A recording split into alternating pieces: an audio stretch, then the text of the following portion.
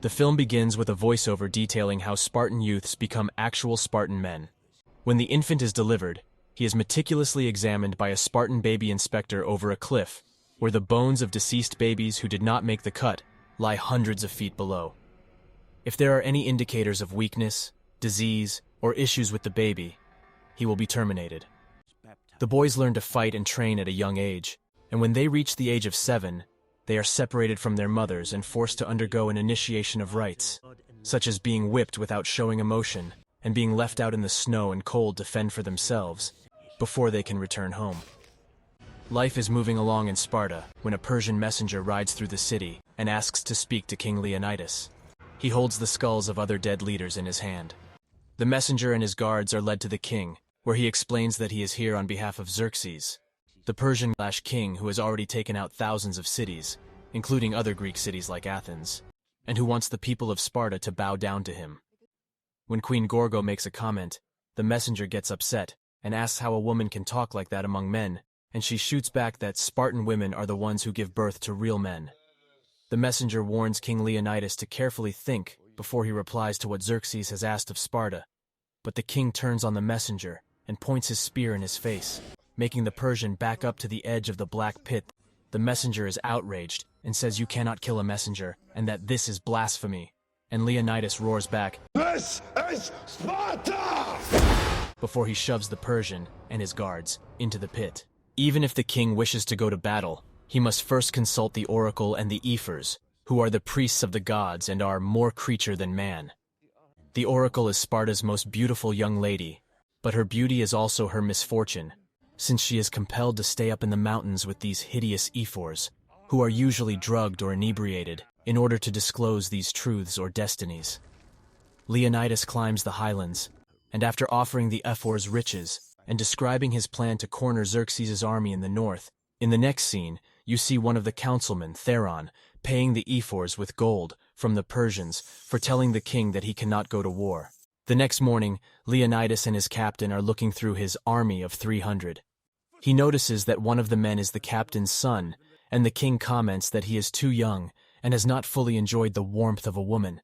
But the captain insists that he fight. Theron and the other councilmen join the king and ask what he is doing. The king says he's merely out for a stroll and that these 300 men are just his personal bodyguards. They meet another tribe, the Arcadians, while walking out. The Arcadian commander claims that they heard Sparta was preparing to attack Xerxes and have come to join them. He is, however, startled by the king's meager number of troops.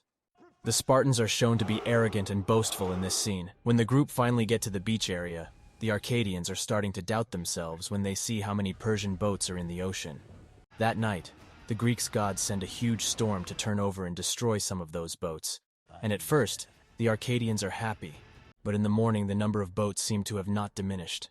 As they are setting up a wall of stone, someone from Xerxes' army comes up to demand once again that Sparta bow on their knees, and promises that Sparta will be the wealthiest city and that he will leave the city's women and children alone if only they lay down their weapons and look to him as the leader. One of the Spartans cuts off the messenger's arm and orders him to tell Xerxes that the fight is on. While this is happening, some of the Spartans notice that someone is following them. It turns out to be Ephialtes, a hunchback monster who wants to help fight. He warns the king that there is another opening that the Persians can get through. He has a strong thrust with his spear but cannot raise up the heavy shield he carries. The king says he cannot fight with the Spartans, because the Spartans use their shields to cover not only themselves, but also cover the man to their left. And since Ephialtes cannot raise his shield, he is of no use. Ephialtes gets extremely upset. The Spartans' might is seen in the first fight. They stand in the tiny entrance and wait for the first wave of Persian forces to arrive. They effortlessly defeated the army, killing everyone and losing no one. When they gather their breath, the remainder of the Persian army fires so many arrows that the sunlight is blocked. The Spartans, united, fend off the arrows with their shields and label them cowards. When both sides recover and clean up the battlefield, Xerxes appears to meet with Leonidas. He again gives Leonidas the opportunity to bend down to him, but the king declines since his thighs are weary from defeating the first Persian army. Xerxes is enraged and declares that he can wipe away Sparta, and no one on earth would ever know about them or who they are. The next battle is against the Immortals. They are soulless monsters who have black eyes, and teeth that are filed into fangs. They wear those black and gold masks, and their special weapon is this huge chained-up monster. The Spartans easily defeat these enemies. The next fights have the Persians bringing on as much power as they can, using rhinos, magic, elephants from halfway around the world, monsters. When Xerxes sees the army losing, he disciplines his generals by chopping off their heads. During one of these battles, the captain's son's head gets chopped off, and he cries out as his heart is broken. It takes 3 men to pull him off his son. King Leonidas calls out to one of his men, Dilios, who got hurt in one of the fights. He asks how Dilios is, which he replies, "It's just an eye." The king asks him to return home to tell the tale of Sparta, to tell everyone, all the Greeks, his story, and his 300 men. He gives back the necklace his wife gave him to Dilios to return to her. After the Arcadians go, it is only the king and the remnants of his army that remain. Everyone is surrounded by the Persian army. Xerxes appears once again to observe, and one of his minions requests that Leonidas bend down to Xerxes. Don't they get the point yet? But this time, Leonidas removes his hat, sets down his shield and spear, and kneels. But just to gather his thoughts as his gathered group of Spartan troops break away, and one member sprints forward and leaps on Leonidas's back, spearing that minion to death. When everyone resumes fighting, the king takes up his spear and throws it, slicing through Xerxes' cheek, but does not kill him. Xerxes is surprised and holds his hand up to his bleeding face. One by one the Spartans fall, even the king.